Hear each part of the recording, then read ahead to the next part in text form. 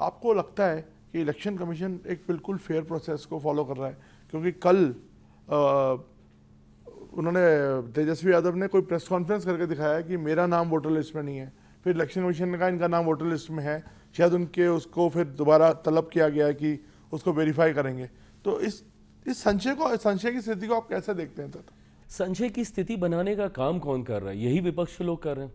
बताइए, आप नेता प्रतिपक्ष हैं बिहार में और आप एक प्रेस वार्ता करते हैं और उसमें आप खुलासा करते हैं कि आपका नाम नहीं है, जबकि तुरंत चुनाव आयोग उसका खंडन करता है और वो पूरी सूची जारी करता है जिसमें उनका भी नाम मतदाता सूची में है।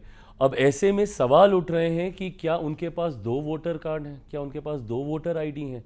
और अगर 2 वोटर आईडी हैं तो इसी प्रक्रिया को सुनिश्चित करने के लिए कि जो डुप्लीकेसी ऑफ द वोटर है वोटर लिस्ट में, उसको निकाला जाए। तो अगर नेता प्रतिपक्ष के पास ही 2-2 वोटर आईडी कार्ड हैं तो ये तो बहुत चिंता वाली बात है ना।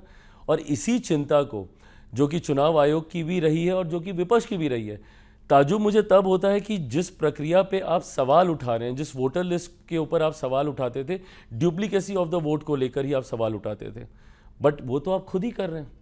और अगर एक नेता प्रतिपक्ष के पास 2-2 वोटर आईडी हैं तो इससे बड़ी चिंता की बात और कोई हो नहीं सकती है। और इस प्रक्रिया के माध्यम से उसी को फिल्टर आउट करने का कार्य चुनाव आयोग कर रहा है।